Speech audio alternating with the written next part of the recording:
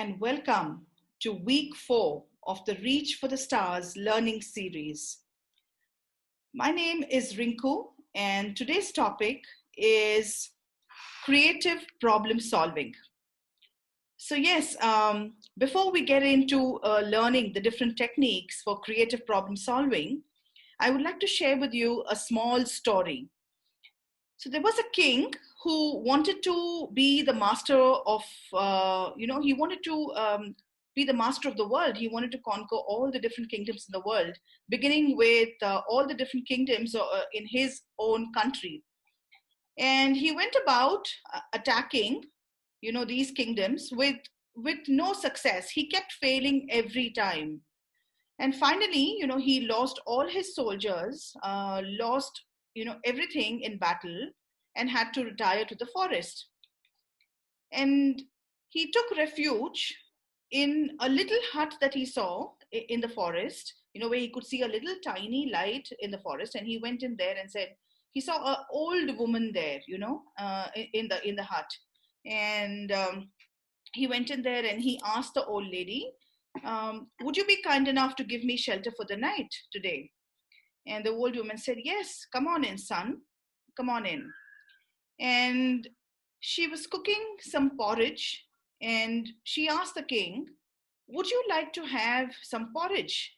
And the king, being utterly famished, after walking through the jungle for long hours, said, yes, of course, I would love to have some porridge. So the old woman, served some porridge into a bowl and gave it to him. Now the king, being as hungry as he was, dug into the porridge. He took out his spoon and, dug into the porridge, and quickly realized that it was too hot for him, and, that it scalded his tongue. So he kind of burnt his tongue. The old woman looked at him and said, you are just like our king. And the king said, what? She said, you are just like our king, trying to attack from the center. Remember, son, the porridge, is much better and cooler at the sides. So try to eat the porridge from the sides first before you get to the center. And then suddenly, there was an idea, a light bulb which went off in the king's head. And he said, wow, I never thought about this. And he went around and he said he now had a new strategy, for conquering or becoming, the master, or the big king that he wanted to be, the emperor that he wanted to be. So he now started, going after the smaller kingdoms, the smaller chieftains, and adding them, to his kingdom. And soon enough, he was emperor of the large country that he wanted to be. So my dear friends, what does the story tell you? That sometimes problems in our life may seem really big, and maybe we believe that we have to kind of jump into it and attack it right in the center, whereas there might be other ways to look at it. So today in today's class we will learn about some creative problem solving techniques. So are you ready for it? Okay.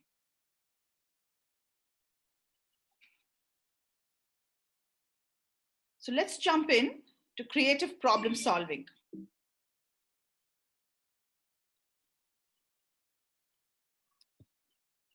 So what are the different techniques, for creative problem solving? Today we will talk about 4 of these techniques that will help you with creative problem solving. Number 1 is brainstorming. We've all heard about the term brainstorming, and I'm sure that we have used it, a number of times.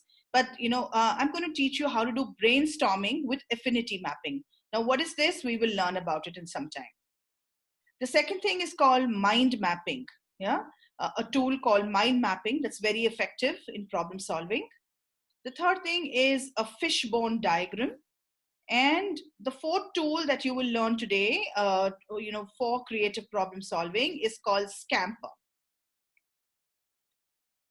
Okay, so let's get in, straight in and learn about all these 4 tools. And remember, this is not an exhaustive set of tools. This is just 4 tools, that I've chosen which could help you, with creative problem solving. There are many, many, many more tools out there. But I thought that these would be the easiest and the most practical ones for you to kind of apply every time that you're trying to solve a problem. So let's go and let's dive straight in. Technique number 1, brainstorming. Now, what do we typically do when we are brainstorming? We kind of write all our ideas down, isn't it? We start writing all the ideas which come into your head. So take a pen and a paper, take a notebook, and start writing all your ideas down. Okay, so just keep making a list of these ideas. Okay, now brainstorming, this term was actually popularized by a person called Alex Fackney Osborne. And the term brainstorming became really popular in his book, which is called Applied Imagination. So if you do get a chance to read the book, please do read the book, and that will help you a great deal. So Alex was the guy who popularized this. What do we do with brainstorming? Write down every single idea that comes to your mind. Every single idea. Don't throw any ideas out. Don't think it's foolish. Don't think it's wacky. Don't think like this is stupid. Don't start evaluating those ideas or criticizing those ideas. Just keep jotting down every single idea that you have. Okay. Now, for example, let's look at if you are trying to, put together content creation, right? And if you want to look at, what are the glitches or what are the problems, when you're creating content. Okay. Now, here you look at, there are 16 ideas up here. Okay, no formal process for content requests. We lose track of projects. It takes a long time to get keywords, from the SEO team. We don't plan regularly. We have so many meetings that interrupt our flow. Getting visuals takes a really long time. Nobody ever edits my content. I'm not sure who the stakeholders are for each project. There's no manager for the content team. No process for communicating needs for images and formatting. We don't have a refined content strategy. I have a hard time focusing with so much noise in the office.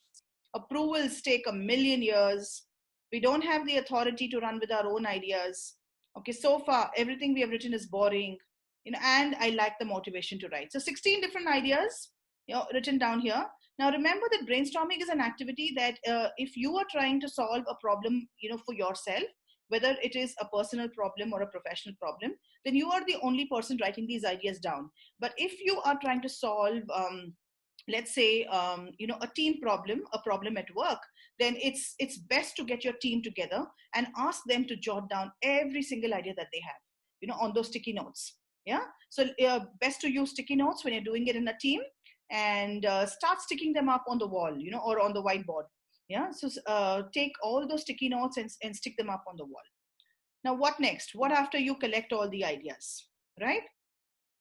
Now, how do you do? So that was brainstorming, listing out all the ideas, right? And then looking at things. Now, what is affinity mapping?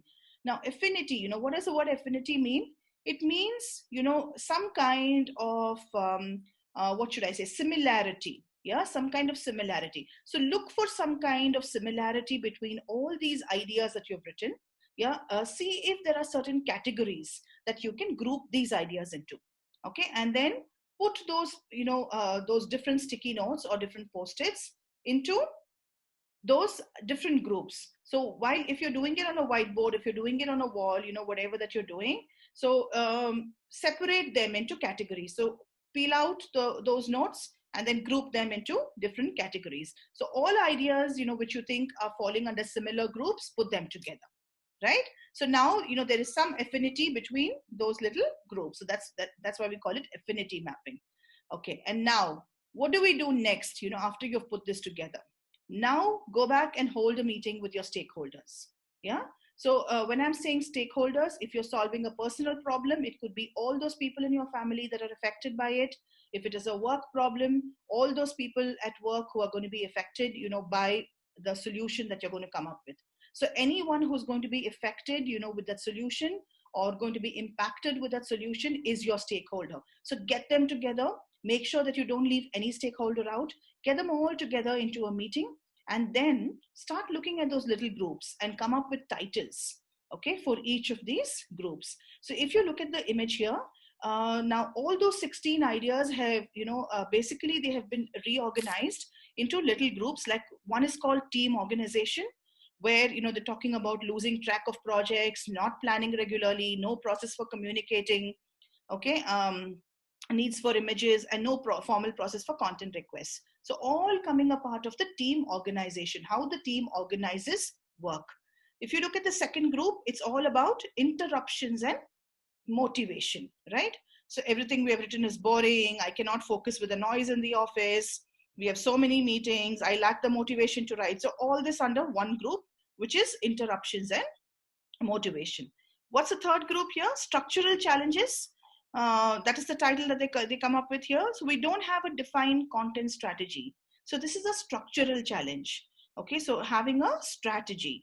Is there a basic structure that you're missing? Okay, is there something which is should be there? Like every time we build a house, what do? We kind of make a blueprint of the house, right? We first design the house. What are the different rooms you need? What is the structure you need? Yeah, how many bedrooms, the kitchen, where does what go? Do I need a home office? So whatever it is, so the basic structure is important. So structural challenges, yeah, so that blueprint is important. So they've put that here. Not having a defined content strategy, no manager for the content team, not having the authority to run with their own ideas, all part of structural challenges. Then there's also delays, right? Another group is delays. So getting visuals is taking a long time. Approvals are taking a million years. We are taking a very long time to get the keywords, from the SEO team. Nobody is editing my contents. All of these are delays. All of these are put under the bucket or the category called delays. And then there's one which is just standalone, right? I'm not sure who the stakeholders are for each project. That's by itself. Okay, so now did you see what we did with this? Once everyone gets together and looks at the groups and starts giving titles to it. So basically now 16, instead of having 16 different problems to solve, you now have only 5 problems to solve. Yeah, and it's now easier to get to the root cause of each of this. Okay, now let's get to the second tool now, which is called mind mapping. Now, this is an idea, that's been around for many, many years, for centuries, I would say. People usually do this, while they're doodling something or drawing something out, because that's the way it helps the brain to think. However, the scientific way of putting this together is credited to a person called Tony Buzan, who is credited with this mind mapping, and he also has come up with a tool. So if you look up on the internet, you will actually find free software for mind mapping that you can use. And it's actually pretty simple. I would suggest that you start off with a pen and with a notebook with mind mapping. So what is mind mapping all about? There are 5 essential characteristics to mind mapping. Now, the first thing is, what is the main idea? So that's the tree. So think of mind mapping as a tree. Okay, so the central idea, goes in the center of your page. So every time you're doing mind mapping, take a clean new page, a blank page, and start in the center and put your main idea or the central idea there. And now from there, start drawing branches.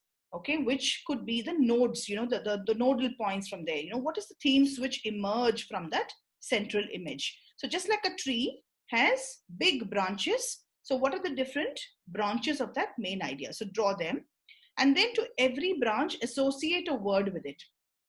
Then every branch then is further divided into twigs, right? Just like the tree is. Okay, so all the topics which are again of lesser importance but belonging to a particular branch, tie it into the branch. So this is what we do. So everything put together, becomes like a tree. So your main idea is the center trunk of the tree. Then you have, the themes which emerge out of it as branches. And then every branch then has, twigs which emerge out of it. So this is how we do mind mapping. Let's take a look at an example of mind mapping here. So let's take, for example, food groups. Okay. Now, if the central idea or the main idea was food groups, okay, so the spelling of groups is wrong there, but never mind. Okay, so food groups, yeah.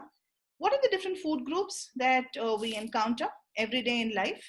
So we have, look at the main branches here. So we have vegetables, we have fruit. So you would first write food groups in the center. That's your main tree. Then you start with drawing these lines or these, branches out, and each branch is depicting something. So what is the first branch? Vegetables. The second branch is fruit. The third branch is beans and legumes. Then you have water. Then you have confections or confectionery. Then you have meat, and then you have dairy, right? Now, each of these branches, let's look at this, have further twigs. Yeah, so vegetables, carrot, broccoli, mushroom, onion, you could go on and on, right? It could have many, many, many twigs here. Okay, then fruit, okay, again, multiple twigs, apple, lemon, avocado, all the different things, right? Same with the beans, with water, tea, fruit, juice, soup. So everything, every branch is then further divided into, the little twigs out there. Now, sometimes you may have sub-twigs, okay, to this. But basically, this is how you do mind mapping. You pick a main central idea, and then you go about deriving the branches out of it, and then start dividing the branches into further twigs. Okay. Let's look at another example of mind mapping here. Let's say that you want to come up with a business plan. Okay, you want to start a new venture and you're looking at a business plan. Now, when you look at a business plan, if you have to draft a business plan, what are the different elements that you should be looking at? Yeah, so look at this. So your central idea or the main trunk of the tree is a business plan, drafting a business plan. So what are the branches? You have to think about marketing, you have to think about sales, you have to think about, of course, what is the product itself, how do you get finance, and then there's administration. So now these are the main branches. So you see, one more important thing while you do mind mapping is always to keep different colors with you. So the more, if you use different colors to kind of differentiate between branches, look at this, like the way they have done. So this is the main trunk of the tree, and they used blue to kind of identify the main branches. And then from there, if you look at marketing now, they used a different color here. So they used green, can you see, for all the twigs which go out from the branches for the arrows, but then they use separate colors for each of these categories. So it has been proven that if you use different colors, your brain perceives that better and it helps you better, in thinking, right? So colors help a lot in your creative thinking, in enabling creative thinking. So use different colors and draw out, pictures if you are the artistic kind, whatever that you can. You don't have to be perfect. So you can draw out pictures, you can just draw boxes out there. So whatever, however you, feel best. But use the central idea here. There's a central trunk, then there's branches to it, and then each branch has a trunk. So if you look at this, you see how they've done this. So marketing, then if you have to look at marketing, what would be the different aspects or the twigs that you have to look at? You'd have to look at maybe have a website, look at social media marketing. Do I need to do a press release? Should I be using SEO? All of these various things, right? If I have to look at the product, okay, so I have to look at, developing the product itself, and then looking at, what is customer feedback, how will I provide customer service? What kind of experience will I provide to them? All of these things, and so on and so forth, right? So this is the way you do mind mapping. Okay. Okay, so let's move on. So far we've learned two of those tools, brainstorming along with affinity mapping, which is grouping them up, right, into groups of similar affinities. And the second tool is mind mapping. Okay, so let's move on to the third tool that we're going to learn. So the third tool is called a fishbone diagram. It's also called as an Ishikawa diagram. Okay, now what does the fishbone help you do? It does look like a little like a mind map, isn't it? But there's a difference here.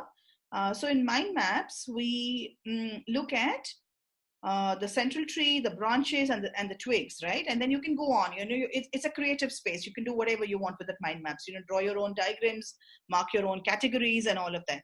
But the difference with a fishbone diagram is it helps you, or it simplifies your creative thinking or your creative problem solving process by giving you certain categories. Yeah. So what are those categories? So this is called the 6 M's. Okay, the 6 M's, which is man. Yeah, we no longer call it man because, we now like to be politically correct, every time that we say something. So it's also called people and personnel in some diagrams. The second thing is called methods. Yeah, the second category, also called process in some systems and places. The third thing is measurements. The fourth is materials. The fifth is management. And the sixth is machines. Okay, also called equipment in some diagrams. So these are the 6 main categories that you would look at breaking your problem into. Okay, and sometimes we also add environment as a category if the environment is a critical factor, in determining or helping you come to a solution with your product. Okay, so let's look at this now. So what would you do? You would draw the diagram, exactly like the fish bone looks. The fish has a central bone. So you first draw the horizontal arrow out here, on your books. Okay, and then write the problem. So in this situation, the problem is wrong or delayed or damaged delivery.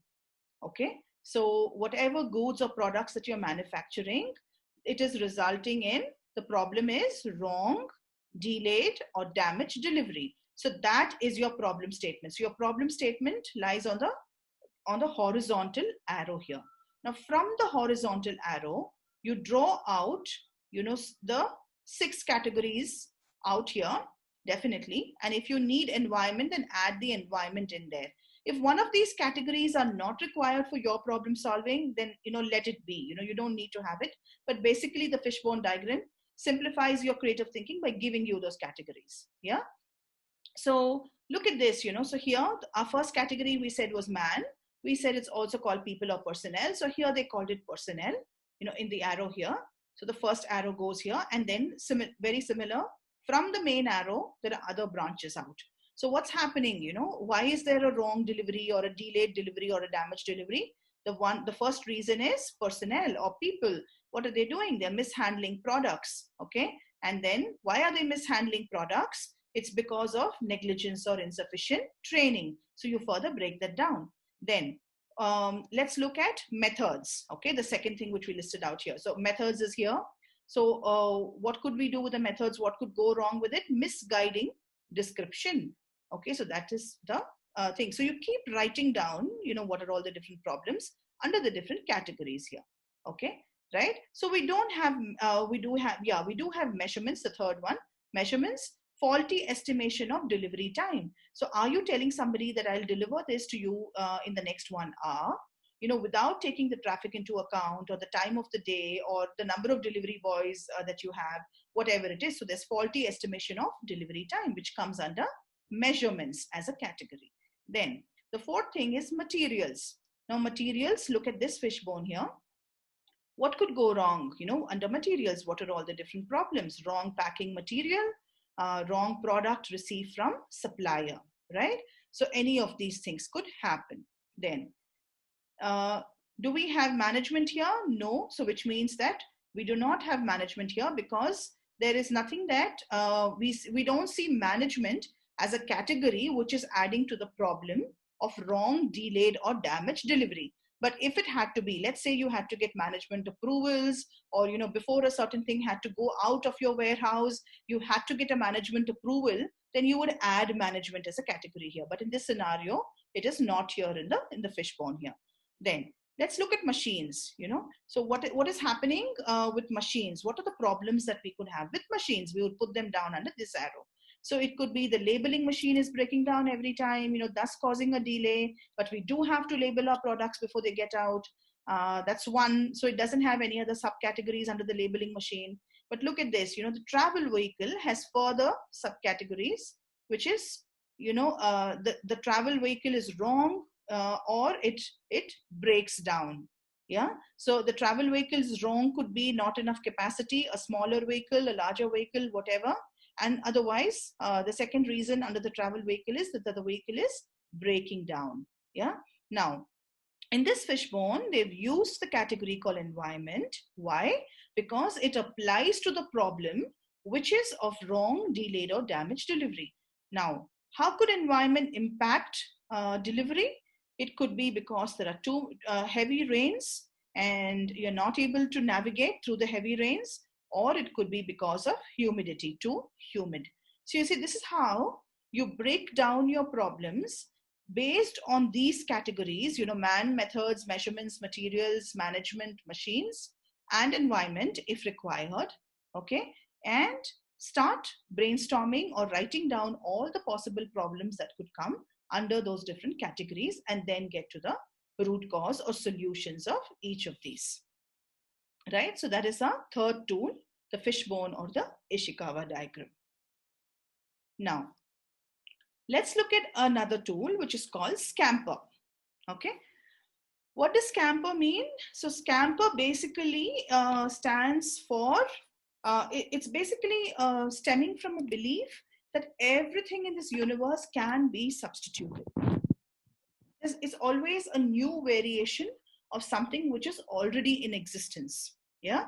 So Scamper is an acronym, and Scamper stands for substitute, S for substitute, C for combine, A for adapt, M for magnify, P for put to other uses, E for eliminate, and R for rearrange.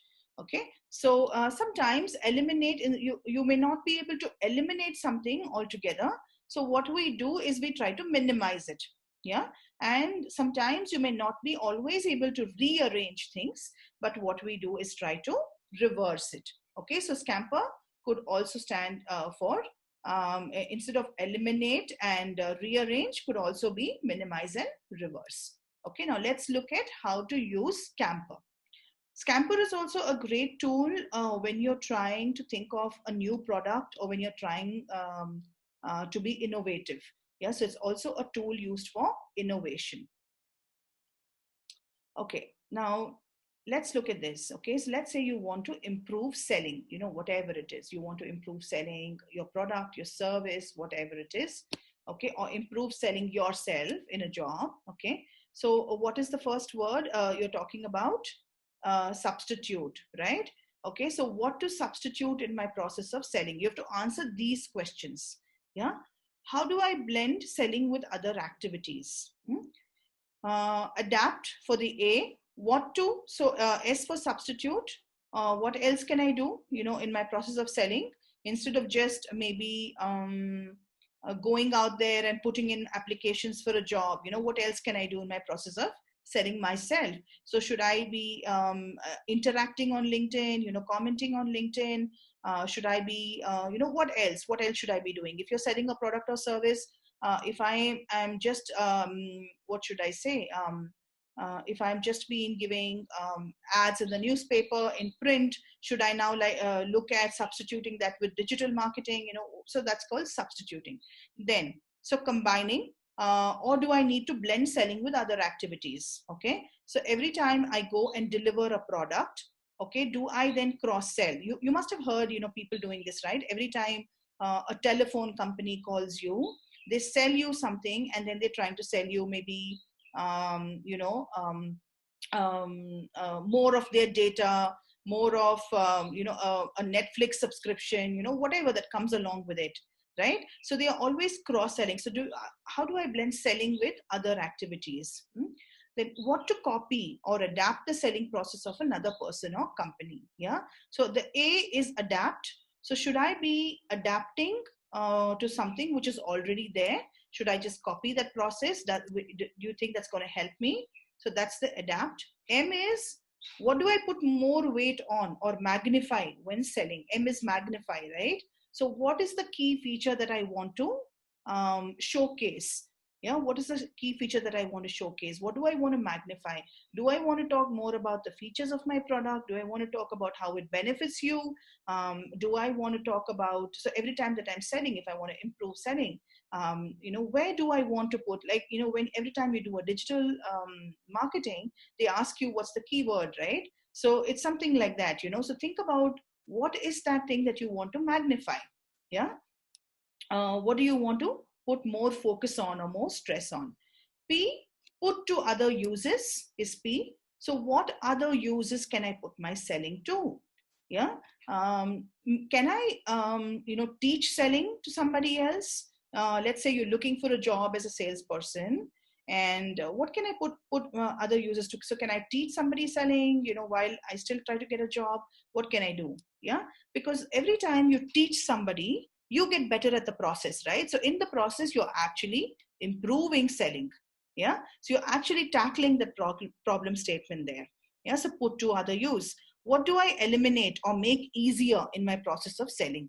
Okay, so am I talking too much? Do I have too much of content in my brochure there? Do I need to eliminate a few things out of it? So what do I need to do? How do I make it easier? Is the language too difficult? Should I be using simple language? So how can I how can I eliminate all the chaff and keep only the core, keep the meat, in the features of my product or whatever it is that you're trying to sell. Yeah, and then R is, how do I change, reverse, or reorder my manner of selling? Okay, so these are some questions that you need to ask yourself in the scamper model. Okay, now let's look at an example of how we do this. Okay, now this is actually on SlideShare. I've given you the link below there. A person called Kumar Sindhu Rakshit, who works with product innovation, and this is something which I found was very, very easy to relate with, and I'm sharing this with all of you now. You can also go and look this up on SlideShare. Okay, so look at this example here. Earlier we had these black, rotary dial telephones, isn't it? Yeah. So when I grew up as a child, I did see these telephones, with those rotary dials on it. So if you are much younger, I'm not very sure if the millennial generation has seen this, but I'm sure that the Gen X and people of that generation would have definitely seen these rotary dial black phones. So every time we wanted to dial a number, we had to go and put our finger in and go, and it would have a funny sound there. So it would go trrr, trrr, everything around that. Yeah. Now, how did we substitute that? So the first thing, the S of scamper is substitute, isn't it? So we substituted the circular dial to a push button telephone. So much easier. Yeah, instead of going all the way, because 9 you had to go all the way to the bottom and then bring it all the way up again. Yeah, so it had to go a full circle, much difficult, right? So they substituted the rotary dial with a push button. Yeah, so that's what they did. Now let's look at C. Yeah, combine. Okay, combining features together. So if you look at combine, what did they do? Look at this first picture here, where you have a separate piece to hear and a separate piece to speak into, right? So what did we do finally? We kind of combined both the speaker and the mic into one handle. Yeah, in one handlebar for the sake of convenience. So that is combined, speaker and mic in one handle. The third thing, adapt. Okay, the A, scamper, adapt. What did we do now? Earlier we had phones like this, still push button, all of this here, which is fine. One handle, for the speaker and the mic. But what could be done better? We kind of adapted this now. We added a little display which can give you call information. Who is calling you? Yeah, get the call history, the last call which was dialed. So you could do all of these things. So now they adapted this. Yeah, they adapted this telephone to also add a display here. Then what did they do then? They kind of magnified the use of this telephone now. How did they magnify it? They said, let's have something wireless. So you remember, this was pretty cool, so anyone who had this wireless handset, in their homes, they would feel very happy about it. Yeah, while I was growing up, because it kind of gave them the freedom to move anywhere, and pick that call. So now they magnified. What did they magnify? They chose a feature called mobility and they magnified it. Yeah, they made it better. Okay, now let's look at the P. Okay, put to other use. So what else could a telephone be used? The telephone was basically invented as a communication device between two people or two persons. But then how did they put the telephone to other uses? We now use a telephone to kind of book, a gas when it's over. So they've given you a number and you go in there and You hear an IVR service, you punch it in, and then your gas gets booked. You can similarly do that to find information about, which train is arriving, what are the trains out there, is a train delayed, all of those things, isn't it? So IRCTC also uses the telephone. So a telephone, which was basically used as a communication device, now is being put to various other uses, yeah, for various other businesses. Okay, so that is called put to other use. And then let's look at eliminate. Okay, what did they think was an unnecessary feature in the telephone, or which kind of added bulk to it, and they thought that we should eliminate this feature. So what did they eliminate? Every telephone earlier, even though it was mobile, you could carry it around with you. It had a little antenna, in the past. So what did they do? They kind of got rid of those. But this is called a base station on which you place the handset here, the wireless handset. So the base stations used to be kind of bulky, and all phones, even though they were wireless, had an antenna on it. So they eliminated the antenna and they made the base stations sleeker. Now the base stations would also have push buttons, as well as your wireless handsets would also have push buttons. So most of the time people were just, picking up their wireless handsets and, dialing the numbers from the handset itself. So then they said, why should we again have a dial pad on the base station? So they got rid of both the antenna as well as the dial pad on the base station and made it kind of, better that way.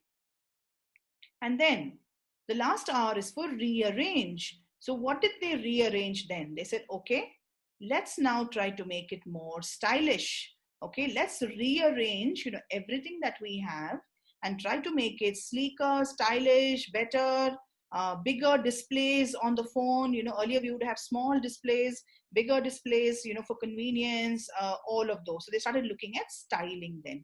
Okay, and that's how they rearrange those features. Yeah. So that is the scamper model. And then if you look at it now, most of us don't even use the land phones anymore, right? The complete thing, is the smartphone revolution right now. So you can see how we've all moved on, from those rotary dial phones to using a smartphone. And now, we have so many more features on that smartphone today. So what was the problem that we were trying to solve initially? It was of communication between two persons. But then you see that as we started solving that problem of communication between two people, we started with a rotary dial phone and then we got to a smartphone. Yeah.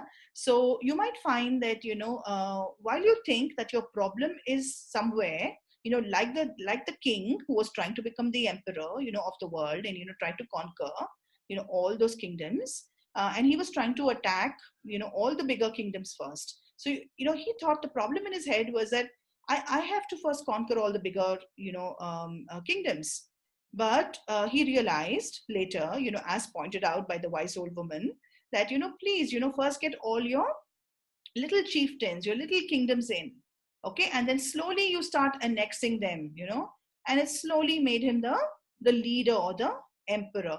So while we start with thinking that, there is a certain problem that we are trying to solve, you might find that as you get through this creative problem solving techniques, you come up with so many different solutions, that you can make your product, your service, so much more better, right?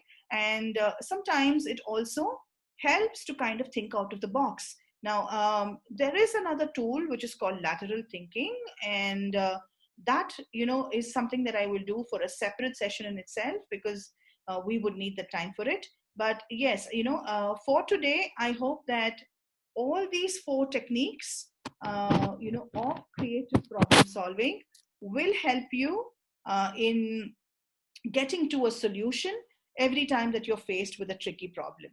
Okay, so what did we learn today? What are the 4 techniques that we learned today? We learned brainstorming, but how to kind of maximize brainstorming with affinity, grouping or affinity mapping. The second tool that we learned is mind mapping. Yeah. The third tool that we learned is the fishbone diagram, basically breaking it into 6 different categories: man, materials, machines, measurements, methods, okay, and environment. Okay. management and environment. So break it down, break your problem down into those 6 different categories, and sometimes you have environment as a 7th category, and start writing down, you know, what could be the different problems under each of these categories. And then the 4th tool that you learned today for creative problem solving is Scamper, okay, which was the last thing that we looked at, right? So I hope that this was a useful session and that you would apply, you know, any one of these tools, you know, to look at the problems that, you know, you are currently facing. And that I hope that you come up with creative solutions for all of them, right? So thank you so much for your time. And we will meet again next Wednesday, you know, with a topic of your choice. So keep learning, growing, and reaching for the stars with me, Rinku. And thank you all, you know, my dear tribe, the Nakshatra tribe. Thank you so much. Bye-bye. Have a good week ahead.